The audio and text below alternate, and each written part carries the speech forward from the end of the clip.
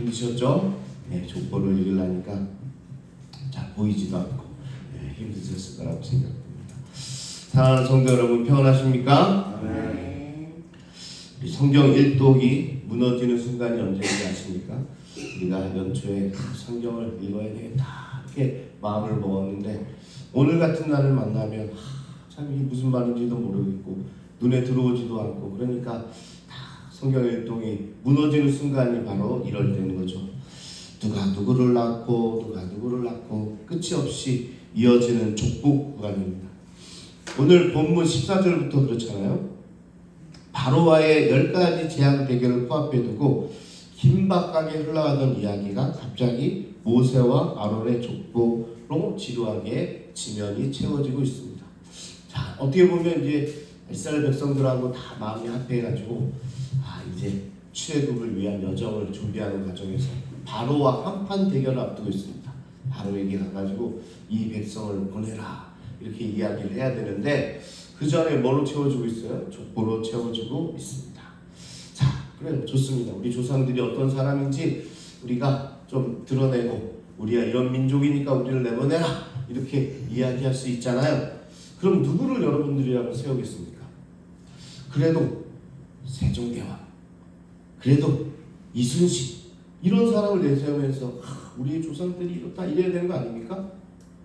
그런데 광해군 그리고 사도세자 이렇게 사실은 좀 감추고 싶은 사람들을 어떻게 해요? 성경에 보니까 오늘 말씀에 보니까 앞으로 내세우고 있는 겁니다. 야, 이상하다. 우리는 훌륭한 사람 지금 말로 의사나 판사 성공한 사업가 이런 사람들을 올리고 싶은데 오늘 말씀을 보니까 하나님의 바로와의 위대한 일전을 앞두고 모세 앞에 하나님께서 펼쳐진 조건은 우리의 상식과는 너무도 거리가 먼 사람들인 겁니다. 우리 같았으면 살짝 이름을 지우고 싶은 사람들일 텐데 하나님은 그 조건을 쫙 앞으로 내세우고 있는 거죠. 자, 우리 족보를 한번 보겠습니다. 이스라엘 첫째 아들 루벤, 둘째 시므온, 셋째 레위 이렇게 첫 순서를 이런 사람의 이름을 부르면서 시작합니다. 족보 맨 앞에 놓인 조상들이 하필 이스라엘 역사에서 가장 부끄러운 범죄를 저지른 자들입니다. 여러분 우리 창세기 다 배웠죠? 이분들이 어떤 분들이 다 우리가 배웠습니다. 첫째 루벤은 아버지 야곱의 침상을 더럽힌 사람입니다. 기억나십니까? 둘째 시므온과 레위는 분을 참지 못해가지고 세겜 사람들을 완전히 몰살시켰어요. 그것도 기억나시죠? 그런 학살자였습니다. 그뿐이었습니까? 지금 시므온의 아들을 소개하면서 가나안 여인의 아들 사울이라고 이방인의 피가 섞여 있다고 대놓고 기록하고 있습니다. 모세의 아버지 아므람은 고모인 요게벳과 결혼해서 모세와 아론을 낳았는데 이때 당시에는 그런 근친이 있었지만 사실은 나중에 시간이 지나면 이것도 엄격히 금하는 결혼이 됐잖아요. 나중에 사람들도 볼 텐데 이제 그 이야기도 지금 담고 있습니다. 자, 이런 족보 가운데서 하나님은 모세와 아론을 들어서 사용하고 있다라는 겁니다. 우리의 포인트는 여기에 있는 거죠. 훌륭한 가문에 우리가 5대째 믿는 집안입니다. 그러면서 막 신앙의 우리 교회를 지켜온 정말 위대한 사람들의 그분 그러면 이분은 장로하고 이분은 정말 어떻게 되고 이렇게 될 텐데 그게 아니라 우리는 내가 처음 믿었고요. 내가 골프 먹고 우리 가족은 신앙생활도 제대로 안 했는데 하나님은 오히려 그 사람을 들어서 사용하고 계신다. 그러니까요. 몇 대째 이어온 가정도 참 대단하죠. 그런데 그렇지 못하더라도 여러분 걱정하지 마세요. 하나님은 그런 자를 쓰십니다. 자, 자책하는 모세에게 하나님이 이흠투성이 족보를 펼쳐 보이십니다. 왜요? 이렇게 말씀하시라는 거예요. 모세야, 너는 내 입술이 부정하고 가문이 초라해서 일 못하겠다고 자전하느냐? 봐라, 내가 지금까지 이래온 내 조상들의 가문에 완벽한 사람이 단 하나라도 있었느냐?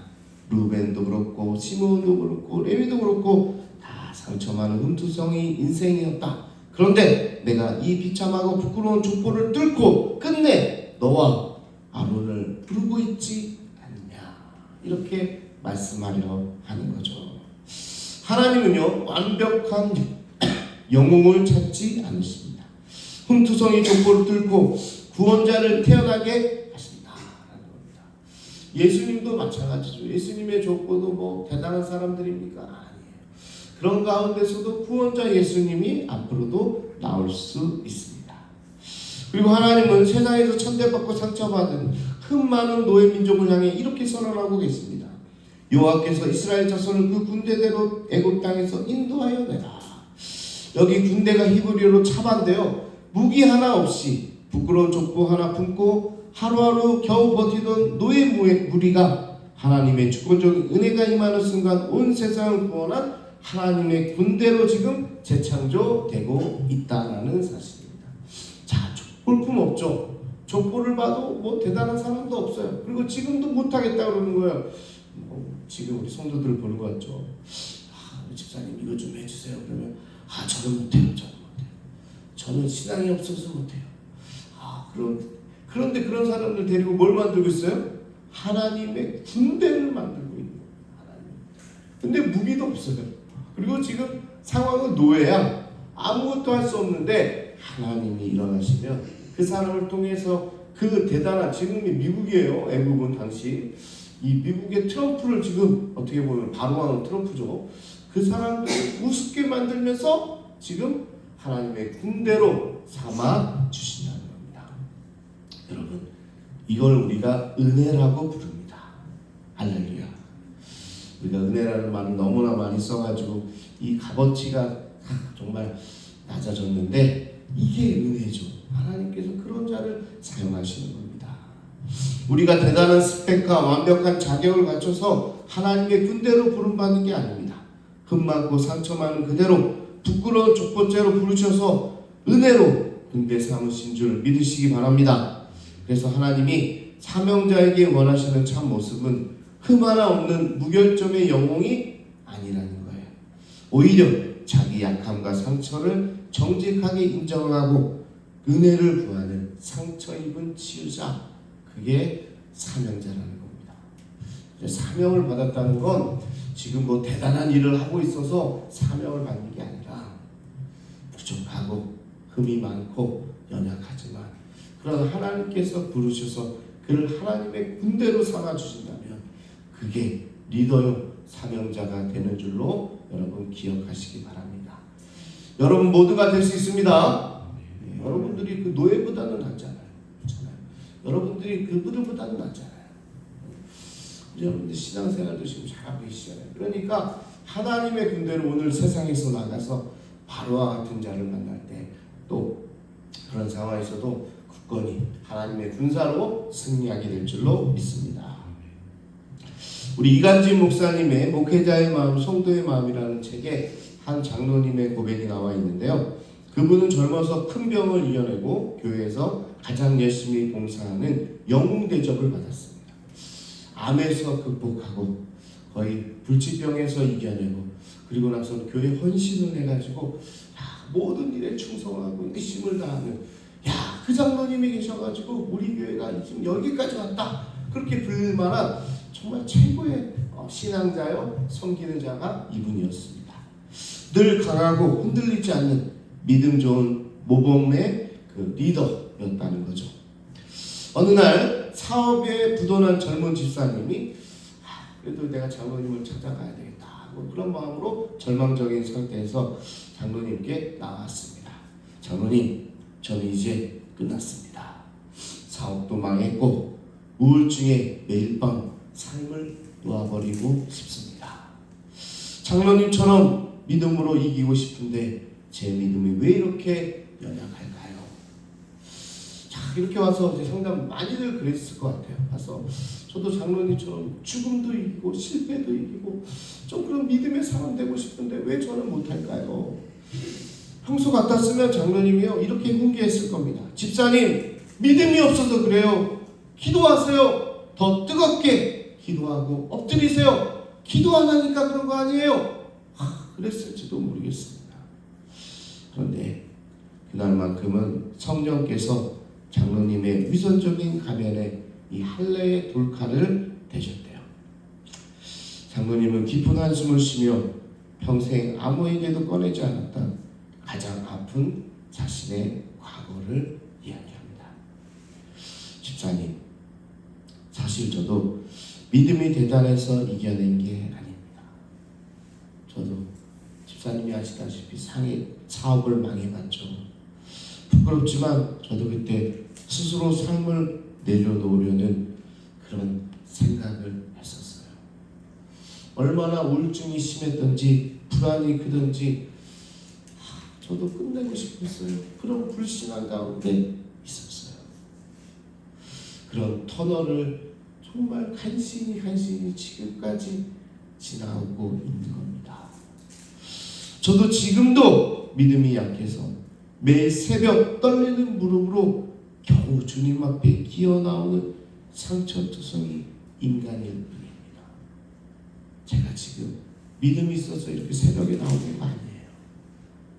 어떻게 하면 이겨보려고 그냥 그것을 뚫고 지금 지금 기어나와 여기 앉아있는 거예요. 야, 정직한 눈물의 고백이 그 장로님의 입술에서 나오는 거예요. 이 집사님도 깜짝 놀란 거예요. 그런 얘기 하실 줄은 꿈에도 몰랐던 거죠. 그러면서 이 절망하던 집사님이 나만 이렇게 약하고 상처 입은 게 아니구나. 그러면서 말할 수 없는 위로와 용기를 얻었습니다. 그래서 두 사람은 손을 붙잡고 엉엉 울면서 오직 하나님의 은혜만을 구하는 예배의 자리를 회복하게 되었습니다. 상처를 정직하게 드러낸 그 자리에서 치유가 시작되는 거죠. 여러분, 목사님들이요 설교하면서 때로는 막 용기를 부르려고 이렇게 승리했습니다, 이렇게 이겨냈습니다, 이런 얘기를 자주 하는데 그런 말씀은 잘 안 다가와요. 그게 실제예요. 그래서 제가 존경하는 목사님도 대단히 성공하신 목사님이니까 한번 얘기할 때 이렇게 해서 이겨냈다. 그리고 이런 성도들 이겨낸 걸 봐라. 그래서 설교할 때는 그 목사님이나 그렇게 하지. 그럼 그 성도니까 그렇게 하지. 우리는 못합니다. 이렇게 나온다는 거예요. 근데 어느 날 그런 대단한 목사님이, 자존심도 강한 목사님이 한번 설교를 이렇게 했어요. 사실요, 저요 대학에도 가고 싶은 대학에도 떨어졌던 사람이고 하려고 했던 목회도 안 됐던 사람이고 저 그런 사람이에요. 그때 좋은 교인이 은혜를 받았어. 야, 잘 나가는 목사님인 줄 알았는데 그게 아니구나. 근데 사실 거기에 은혜를 받습니다. 저도 마찬가지죠. 저는 드러낼 것도 없는 사람인데 사실 그런 거죠. 내가 그 상처를 드러내면서, 그 아픔을 드러내면서 오늘 장로님처럼 나도 그렇게 지금 간신히 기어나와 살고 있습니다. 그렇게 믿음 생활하려고 노력하고 있습니다. 이 이야기에 이 집사님이 완전히 감동을 받았다는 이야기죠. 여러분, 참된 영적 권위와 위로는요, 거룩한 척하는 영웅주의에서 나오지 않습니다. 그런 데서 나오는 게 아니에요. 내가 상처 입은 자임을 정직하게 인정하고 십자가의 사랑 아래 엎드릴 때 비로소 다른 이의 아픈 영혼을 어루만지고 살려내는 상처 입은 치유자가 될 수 있습니다. 여러분, 우리 목회자만 그럴까요? 구역장도 그런 거예요. 구역장들도, 리더들도, 기관장들도 야, 내가 이렇게 이겨냈으니까 너도 좀 이렇게 좀 해. 이럴 때는 안 따라와요. 이게 아니라 나의 진짜 모습, 나의 연약한 모습, 그런 모습을 우리가 드러낼 때 상처 입은 치유자로서 사람들을 이끌어가고 또 감동을 줄 수 있다는 거죠. 여러분, 교회에 리더로 수고하는 목사, 장로, 성도 다 모두 똑같은 사람입니다. 그러니까 목사라고 외로움 없고 불안이 없고 신성한 외계인이 아닙니다. 교역자라고 완벽하지도 않고 부족해요. 흠투성이에요. 리더라고 해도 피곤하고 쉬고 싶고 억울하면 화나고 자존심 상하면 주저앉고 울고 싶은 그런 연약한 존재예요. 그러니까 여러분들도 이해를 좀 해주셔야 되고, 또 우리도 그런 상처 입은 자지만 상처 입은 치유자로 서려고 간신히 노력하는 겁니다. 오늘 저 새벽기도 안 나오고 싶었어요.